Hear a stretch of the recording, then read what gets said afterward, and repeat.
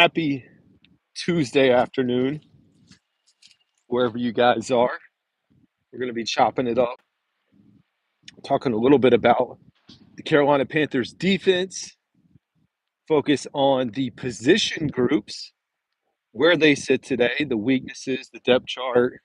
Where do we think the Panthers need to still add some pieces, whether through the draft, through free agency? We'll give some folks a few minutes to get tuned in. Notification just went off. If you guys are here, please hit that subscribe button. It's much appreciated. Actually, a really nice day today. Out here in Wilmington, got a little bit of rain and weather last night. I think it's in the 60s. Take that all day long. We're going to talk a little bit about the Panthers defense, the needs, ranking the current roster. As far as position groups, where do we think there is the most need for the Panthers? As always, guys, lots of content available to you guys, especially if you are a member of the channel. Members only content is out there now. You get it earlier. We've got probably 4 or 5 videos. I can't even remember what all we've created, but it's out there. We've got college basketball content, ACC content. We have a video, we have Gamecocks content as well, but we have a video coming out for NC State fans, football focused. So you guys make sure that you are tuned in and subscribe to the channel. Helps us grow. Well, I'll give it another minute before we get started officially talking about defense. I posted a video on X today. Not sure how many people saw the video, but it was of Todd McShay on the McShay Show podcast. I cannot say that 5 times fast. And this was probably a week or 2 ago where they were breaking down the wide receiver position. And of course, the Carolina Panthers come up in discussion. I posted a short about this as well. And he was pretty abrupt, straight to the point when it came up, should the Carolina Panthers consider drafting a wide receiver at pick number 8? And he said, absolutely not in this year's draft. The focus has to be on the defensive side of the ball. He said the Panthers, it would be a reach, in his opinion. And I think that's a pretty good segue to chop it up. What's good, Sawyer? To chop it up around. Again, this is a football channel, NFL, Panthers, sports, college sports. We do it all. We're here to chop it up around the Panthers defense today. Appreciate if you guys hit the subscribe button. So I took my notes down. I can't show you guys the notes, so I guess I can show you my choppy handwriting here. Not the greatest. I can't really show you while I'm walking, but I thought we would start just going over where we think the depth chart is today. Lots of improvements. Also helps when you are healthy. So defensive front, Derek Brown, no question, having him back is going to be a significant improvement for the defense. We know what he can do. You add in Bobby Brown, the third, via free agency, right in the middle of the defense, and his depth piece behind him is going to be Shy Tuttle. So Shy Tuttle still on the team. I know some folks not as high on Shy Tuttle, but having him in rotationally should be beneficial for us. And then I've got a question for folks around Treshawn Turk Wharton and where he fits into this defense. One, I know he's a defensive end. That's where we're likely going to utilize him the most. But how does he fit into the depth chart? Because the Panthers have a good dilemma right now when you talk about A'Shawn Robinson and Turk.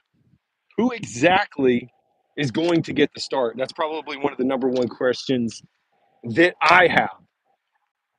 But this is all what it's all about for the Panthers, bringing in depth, adding depth, creating competition. So for me personally, I think the defensive line is probably one of the better position groups on the Carolina Panthers right now. Just my personal opinion on where it sits. You also throw in, I already talked about Shy Tuttle, and Ashawn Robinson. You have LeBron Ray back on the team as well, of course, picked up by the Panthers. Now, I know the Panthers are still going to look to bring in guys because why not? We've seen the top 30 visits, the guys that they're bringing in. It makes a ton of sense for them to continue to beef up, especially considering how bad this Panthers defense was last year. It was terrible.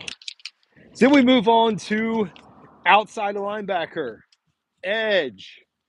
Maybe the highest need on the team. We'll decide here in just a minute. Another decision point for the Panthers, but at least right now, I wonder who you would have starting. Would you have Jadeveon Clowney or new addition from the Minnesota Vikings, Patrick Jones II? Who would you plug in and play? I don't know. I feel like Patrick Jones II, I can make a case for him starting. I want to see him get out there, have Clowney more as a rotational piece, or vice versa. But either way, healthy competition. I'll take it. On the flip side of that, you have DJ Wonham. To me, I think DJ Wonham's should be the keyed-in starter. But at least where it is today, better than what it was last year, but still room for improvement. Because DJ Wonham, getting a little bit older, not old by any standards, but older. He'll be a free agent next year. Same thing with Clowney, who is older. Panthers need to get younger. They need to get some guys that they can develop, which I think is another reason that we'll continue to talk about drafting an edge rusher. Because when you go back behind them, there honestly isn't a ton of depth. You have Barno and Kuhn. You have a few other guys. But let's be real. We saw a mixture of that entire crew last year, and they could not get any pressure whatsoever on the quarterback. So I think it's important. I'll give you my final rankings on position of need heading into the draft at the end of this. So we covered the defensive front. We've got edge. We'll move into the linebacker room. I am not as high on our linebacking core as some folks. Part of it is Trevin Wallace. Like, personally, I don't know how I feel about him. But to be honest, he was kind of thrown into the fire last year, having to step in, call plays, a few games, injuries. I think the Panthers never planned to kind of do that. If you think about Shaq Thompson being healthy, Josie Jewell being here, your plan was to have both of those guys in front of Trevin Wallace. If they remain healthy, you give Trevin Wallace the opportunity to develop. It didn't happen. So, Panthers, again, decision to be made. I saw that they brought in the kid from UCLA. Cannot tell you his name. Very good linebacker for a top 30 visit. So, as we have seen, and you can maybe throw Jalen Walker in there depending on where you see him, Panthers still looking at the linebacker position. But as it is today, Trevin Wallace, Josie Jewell, and Christian Roseboom. So Roseboom, new addition, had a really good productive year last year. I'm curious, depending on how this plays out, if the Panthers are going to have him push Trevin Wallace to be a starter. Because to be honest, I feel like Josie Jewell is probably calling the defense. Seems to be like that would be the guy that's running the show on that side of the ball.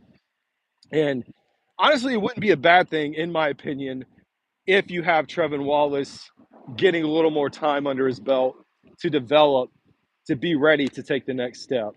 But I do think linebacker, again, because you have, I think, Claude and Cherilus behind those guys, it's not a lot. So that wraps up middle linebackers for the Carolina Panthers. Wife's boyfriend is a Panthers fan. What's good? Thank you all for tuning in. And thank you. I see someone saw you're out of Portugal. Appreciate you tuning into the show if you're a fan of the Carolina Panthers or the NFL. They appreciate it out here in Wilmington, North Carolina. So last up, we really should say secondary. We can start with cornerbacks. In my opinion, maybe the most stable outside of the defensive front, with J.C. Horn, of course, getting his extension, Mike Jackson making his return. So you have that tandem as your outside corners. Like, hands down, that's the two guys that'll be out there. We know it's important to have depth in case of injuries, in case whatever happens. And there's really not a lot of depth behind them. And we also have to address the nickel position, which right now, if you were to put together your depth chart, you would probably have Shaw Smith Wade. So I think the Panthers could and should look to, if they're as they go into this draft, potentially find a guy who can cover, play nickel, slot cornerback, and cover some of these guys, and push Shaw Smith Wade to be a starter. Last position group for the Carolina Panthers, safety. Safety to me, I know a lot of people have edge. I just look at what's on paper for the Carolina Panthers and I get worried. And I'm more worried about the safety position than some. I think safety and linebacker for me, I'm a little bit higher on worrying about those than some people are about edge, cornerback, defensive line. But I do think just looking at what's here, you bring over Javon Moring out of Las Vegas with the Raiders. Fantastic, great. You got one piece of the secondary locked up at the safety position. But who is the additional piece? And you only have three on the roster right now. We know they brought back Nick Scott. We talked about him being more of a special teams addition, so not so much. I don't know how much we're going to really see him on the field. And then, of course, Damani Richardson. I think if Damani Richardson could pan out, or if he can be more of a rotational piece on the defensive side of the ball, I like his upside. I mean, thinking about the Panthers being able to hit on an undrafted player from last year's draft and what that could mean for the team, I'm all for it. It makes a ton of sense. So as promised, I just did a video, recorded a video of the Panthers' needs heading into the draft. A lot of it is defensive focused. But for me, I'm kind of back and forth on this. So it like 1A and 1B, for me personally, I do put edge and safety right at the top. You can make a case for safety, but what I'll tell you, you can make a case for safety over edge or edge over safety, in my opinion. But I do think just based off of where the Panthers are selecting right now at number 8, that it makes more sense as your top priority to pick an edge. Just my opinion on where things sit. You talk about getting impact players at that position. It's much harder to find an impactful edge rusher, outside linebacker later in the draft than it is earlier. And I continue to talk about this. If the Panthers could figure out a way to successfully utilize Jalen Walker off the ball as a linebacker, also at the edge position, again, this is assuming Ejiro Evero figures it out. I feel pretty good about that. But I stack safety and edge. Then I throw in middle linebacker. To me, again, just as my personal opinion on where I think the needs are for this team. Then you throw in a nickel cornerback, maybe a cornerback in general. And lastly, defensive line. And, pick your poison, tackle, defensive end, wherever you want to stack and rank those. That's the defensive side of the ball for the Carolina Panthers. I've got another video coming out where we break down and analyze Ejiro Evero and his time. Sorry, this is probably loud. I don't know. Ejiro Evero's time in Denver. There was a lot of good that happened in Denver. That's part of the reason, even though he was only there for a year, it was out of his control. He gets the boot because you bring in Sean Payton. Sean Payton resets the entire thing. There's a lot of good out of Ejiro Evero. Even dating back to 2023, his first year here in Carolina, there was also a lot of positive there. You think about yards allowed. Last year just seemed to be a blip. At least we hope it was. It's a big year for him. I mean, you look at him as an NFL coach. If it does work out and things go well, he'll be back in line to get some more interviews coming down the line. Like, no doubt he'll have teams lined up ready to take on a head coaching interview, go through that cycle again, possibly land something. If things don't go well, Dave Canales has given him a second year. This is his third year in Carolina. Contract, I believe, would be up. I mean, he could be, you honestly could be talking about him going back to being a quality control coach, a pass game coordinator, basically starting back from the bottom, maybe even jumping into the college game. I'm not saying that's what he would do. It's a pivotal year.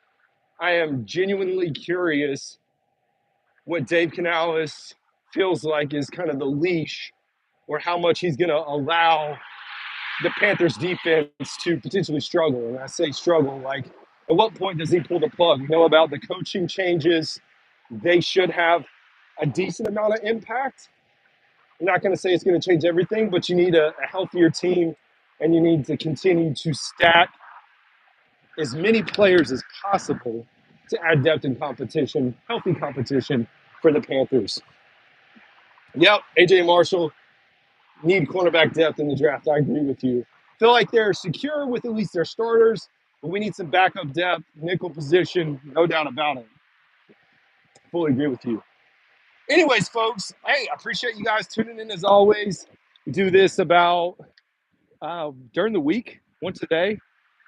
And I will not be live streaming Thursday, possibly not Friday, but we'll be back tomorrow. And then, of course, you can always subscribe to the channel to get other content. Appreciate you guys tuning in. As always, y'all have a good one.